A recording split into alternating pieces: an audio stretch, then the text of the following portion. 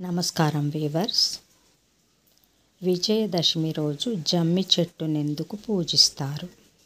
విరాట్ పర్వం తర్వాత పాండవులు అజ్ఞాతవాసం వీడి శమీ వృక్షాన్ని పూజించి వృక్షంపై పెట్టిన ఆయుధాలు తీసుకుని యుద్ధము చేసి అపూర్వ విజయాన్ని సాధిస్తారు.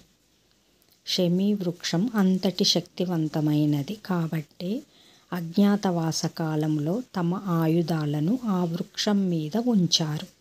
శమీ వృక్షమును పూజించిన, ఆ ఆకులను పెద్దలకిచ్చి పాదాలకి నమస్కారము చేసిన ఆ సంవత్సరమంతా విజయపదమే అవుతుందని పురాణ శాస్త్రాల సారాంశము కూడా.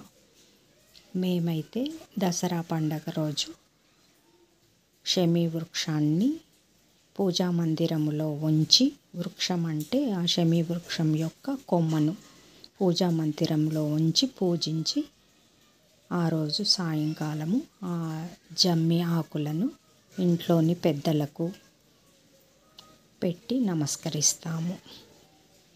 వారి ఆశీర్వాదము పొందుతాము. జై సాయిరామ్.